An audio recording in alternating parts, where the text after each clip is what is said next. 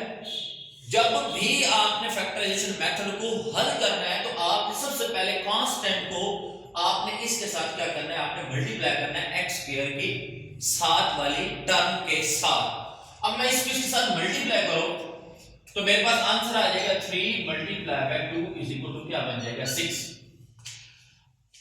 अब 6 आ गया। अब मैंने 6 के ऐसे फैक्टर तलाश करने हैं कि जिसको मैं प्लस भी करूं माइनस भी करूं और जरा भी करूं, ये सेंटर वाला वैल्यू क्या है, ये सेंटर वाली वैल्यू क्या दे, इसका क्या दे, वो इसका आंसर क्या है वो दे। ठीक है, तो अब हम इसको किस तरीके से करेंगे, इसको क्लास करते हैं। 1 मल्टीप्लाई बाय 6 इक्वल टू क्या बन जाएगा 6। ठीक है, 2 मल्टीप्लाई बाय 3 क्या बन जाएगा 6। इसके अलावा इसके कोई और फैक्टर नहीं बनते, इसके अलावा और इसके कोई फैक्टर नहीं बनते। ये सॉरी यहां पर ना आप उसको प्लस कर दीजिएगा, प्लस, तब ये हल होगा, अदरवाइज हल नहीं होगा। अच्छा जी, अब देखिए कि 1 मल्टीप्लाई बाय 6 इक्वल टू 6 आ गया, 2 मल्टीप्लाई 3 इक्वल टू 6। अगर आप इस टर्म को लेते हैं 1 प्लस 6 को तो क्या बनता है 7। इसका मतलब ये चीज इसको सेटिस्फाई नहीं कर रही है सेंटर वाली वैल्यू, इसका मतलब ये पेयर क्या हो गया, क्रॉस हो गया। अगर मैं ये वैल्यू लेता हूं 2 प्लस 3 लेता हूं तो इसको जमा करूं तो 5 बनता है। अगर मैं इसको माइनस का 2 लूं, इसका प्लस का 3 लूं तो यह क्या बनता है 1 बनता है। अगर मैं इसको प्लस का 2 लूं माइनस का 3 लूं तो क्या बनता है माइनस का 1 बनता है। अगर मैं दोनों माइनस की ले लूं तो मेरे पास क्या आता है माइनस का क्या आता है 5 आता है। अब आप देख सकते हैं कि ये चीज इसको सेटिस्फाई नहीं कर रही, क्योंकि ये प्लस का 5 है, ये माइनस का है, तो ये चीज सेटिस्फाई नहीं हो रही। ये माइनस का 2, इसका जवाब क्या आ रहा है 1 आ रहा है, लेकिन ये इधर 5 है, ये भी सेटिस्फाई नहीं कर रही। इसका मतलब ये भी क्रॉस, ये भी क्रॉस, तो ये -1 है, तो ये -5, इसका मतलब ये भी क्या हो गया क्रॉस हो गया। जवाब क्या है देखो -5। ये चीज इसको क्या कर रही है सेटिस्फाई कर रही है। कैसे, अगर तवज्जो रखिएगा, माइनस का 2x ले माइनस का 3x ले तो इसका जवाब क्या आता है माइनस का 5x आता है। आप देख सकते हैं माइनस का 5x भी पूरा हो गया। अब मुझे 6 चाहिए। अगर माइनस का 2 आया और माइनस का 3 आया, इसको मैं मल्टीप्लाई करूं तो मेरे पास क्या आता है प्लस का 6 आएगा। देखें 2 को जब 3 के साथ मल्टीप्लाई किया तो आंसर क्या आया था प्लस का 6, देखिए यहां पर भी प्लस का 6 आ गया। इसका मतलब ये वाला जो पेयर है ये सेटिस्फाई करता है इस पूरी टर्म को 2 मल्टीप्लाई बाय 3 को। तो अब मैं क्या करूंगा, अब मैं इस तरीके से करूंगा कि मैं इसको इस तरीके से लिखूंगा कि 2x square minus 3x minus 2x plus का 3 इज इक्वल टू 0। अब क्या करूंगा, इन दोनों में से क्या चीज कॉमन आ रही है, इन दोनों में से x कॉमन आ रहा है। अगर आप देखें तो ये चीज और ये चीज, इनमें से क्या x कॉमन आ रहा है, तो ये बन जाएगा हमारे पास 2x माइनस 3, ये ब्रैकेट क्या हो जाएगी बंद हो जाएगी। उसके बाद अब देखें इन दोनों टर्मों में से मैंने इस ब्रैकेट के अंदर इस जैसी रकम को बनाना है, तो उसको बनाने के लिए मुझे यहां से क्या कॉमन लेना पड़ेगा -1 क्या लेना पड़ेगा कॉमन लेने पड़ेगा। जैसे ही -1 मैं कॉमन लूंगा अंदर वाले 2x माइनस का 3 बन जाएगा। क्यूब की जब माइनस कॉमन होगा अंदर वाली अलामत क्या हो जाएगी, इंटरचेंज हो जाएगी।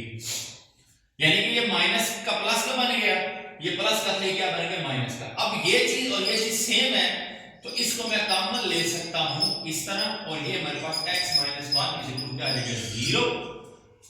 तो अब मैं क्या करूंगा, इसको सेम वही प्रॉपर्टी इस्तेमाल करूंगा, a dot b is equal to 0। तो मैं ये इंप्लाइज कर सकता हूं कि a 0 है और b भी क्या है 0, यानी कि पूरी टर्म नहीं होगी, पूरी टर्म क्या होगी b। इसका मतलब 2x - 3 इज इक्वल टू 0 मैं लिख सकता हूं, और x - 1 इज इक्वल टू क्या लिख सकता हूं मैं 0। यहां से जवाब आएगा 2x इज इक्वल टू क्या आएगा 3, और x इज इक्वल टू क्या बन जाएगा 3/2, क्योंकि ये इधर 2 मल्टीप्लाई और इधर क्या हो जाएगा डिवाइड। ये x का एक आंसर हमारे पास आ गया। अब क्या है, इसको x इज इक्वल टू क्या लिख लो प्लस का 1। तो ये मेरे पास फैक्टराइजेशन मेथड मेरे पास सॉल्व हो गया। पहले जो मैंने समझाया था उस x स्क्वायर के साथ ये वाली मेरे पास यानी कि क्वेश्चन था x स्क्वायर माइनस x और माइनस का 20 इज इक्वल टू क्या था 0 था, ठीक है जी। इसमें क्या था, देखिए इसका कोएफिशिएंट क्या था 1 था, इसको मैंने हल किया। अब मैंने एक दूसरी क्वाड्रेटिक इक्वेशन ली, उसको लेके इसका कोएफिशिएंट क्या था 2 था। तो पेपर में बाजू का सम टाइम इस तरह का सवाल आता है जिसके साथ कोई चीज नहीं होती। बाजू का पेपर में क्वेश्चन इस तरह का आता है कि यहाँ पर 2x लिखा होता है या x या 4 या 5 या 6 या 7 कुछ भी लिखा होता है, तो उसको किस तरीके से हमने क्या करना है हल करना है। तो ये मैंने पिछले क्वेश्चंस को समझा दिया और ये मैंने अब आपको समझा दिया। अगर x स्क्वायर के साथ कोएफिशिएंट आ जाए तो फर्स्ट ऑफ ऑल हम कांस्टेंट के साथ मल्टीप्लाई करेंगे, 3 मल्टीप्लाई बाय 2 6, फिर उस 6 के हम फैक्टर तलाश करेंगे। 6 1 दार 6, 2 3 दार 6। तो इनमें से कोई एक ऐसा पेयर होगा जो इसको क्या करेगा पूरा पूरा सेटिस्फाई करेगा। जो इसको पूरा पूरा सेटिस्फाई कर रहा था वो कौन सा कर रहा था, 2 + 3 करे 5, -2 + 3 करे 1, -2 2 - 3 करे -1, -2 - 3 करेंगे तो -5। तो ये वाला पेयर क्या है, इसको क्या कर रहा है सेटिस्फाई कर रहा था। तो मैंने इसको 3x - 2x लिखकर इसको मैंने आगे क्या कर दिया, मैंने सॉल्व कर दिया, इसमें मेरे पास 2 मेरे पास आंसर आ गया। ये था हमारे पास फैक्टराइजेशन मेथड। कोई भी क्वाड्रेटिक इक्वेशन गिवन दी हुई हो तो हमने इसको विद द हेल्प ऑफ हमने फैक्टराइजेशन मेथड हमने इसको कैसे क्या करना है, हमने इसको सॉल्व करना है। तो वो आपके सामने मैंने इसको सॉल्व 2 क्वेश्चन लिए, डिफरेंट क्वेश्चंस।